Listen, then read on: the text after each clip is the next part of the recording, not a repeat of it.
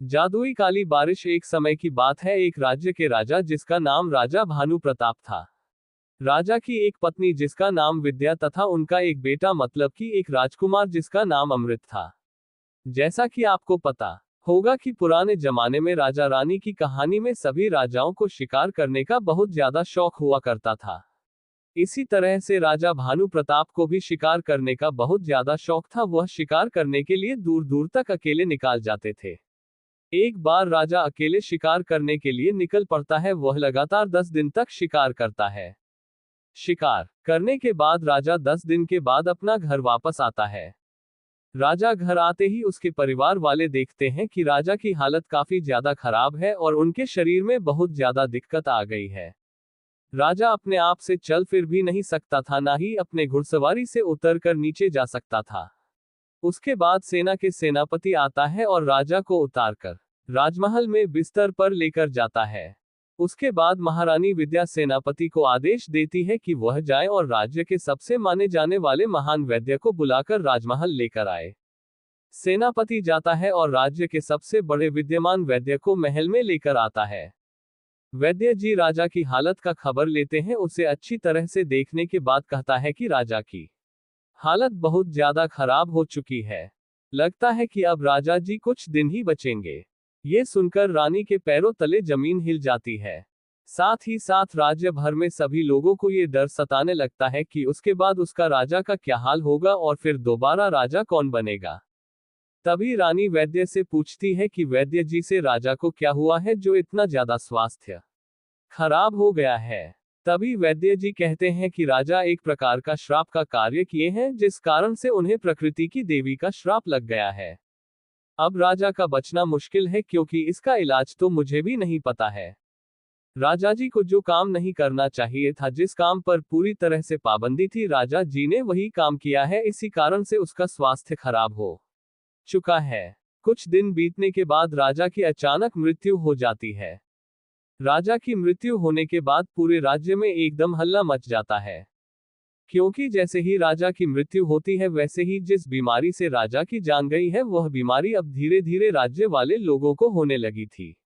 क्योंकि प्रकृति की देवी का श्राप राजा के साथ साथ राज्य वासियों को भी दिया गया था, जिस कारण से राज्य भर के लोगों को अब प्रत्येक दिन किसी न किसी को वह बीमारी लगकर मरने का चलन जारी हो चुका था। पूरे राज्य में हाहाकार मच गया था, क्योंकि इतनी ज्यादा बड़ी बीमारी है और रोज कोई ना कोई जान से जा रहा है और उसका कोई इलाज भी नहीं मिल रहा है। उसके बाद राज्य वाले कहते हैं कि चलो ठीक है, अब नए राजा का ऐलान किया जाए। तभी सभी लोग मिलकर रानी विद्या जी को नए राजा के रूप में राज सिंहासन पर बैठने का सभी लोग तथा सेनापति आग्रह करता है। सबकी बात मानकर महारानी राजा का सिंहासन पर बैठ जाती है।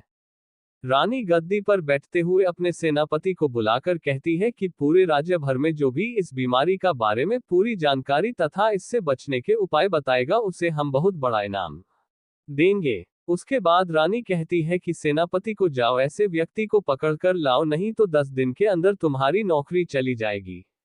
तभी सेनापति जाता है और सबसे बुद्धिमान व्यक्ति को पकड़कर लाता है। राज्य भर की कहानी सुनने के बाद वैद्य जी कहते हैं कि राजा जी जब शिकार पर गए हुए थे, तब उन्हें एक बहुत सुनहरी पेड़ दिखाई देती है।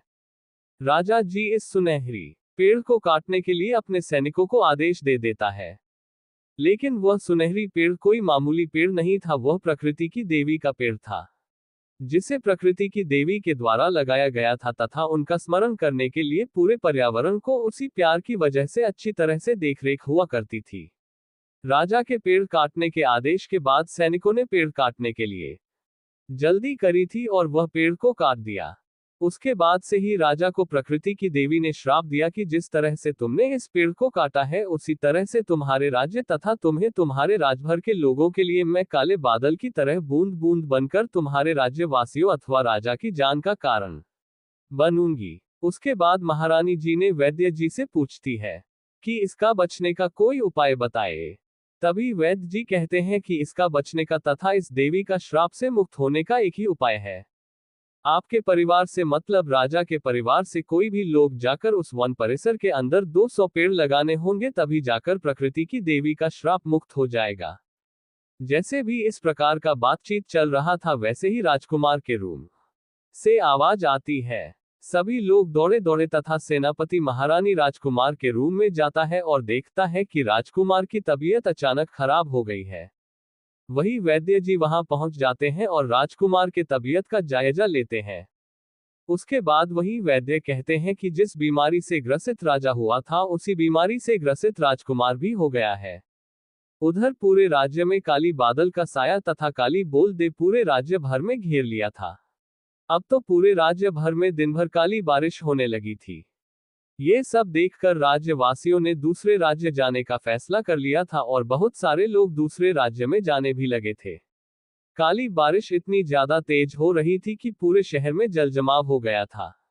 नदी नाले तथा झरने काली हो गई थी काली बारिश होने के कारण। उसके बाद सेनापति से रानी कहती है कि चलो अब हम जाएंगे और वह सावन परिसर के अंदर 200 पेड़ लगाएंगे।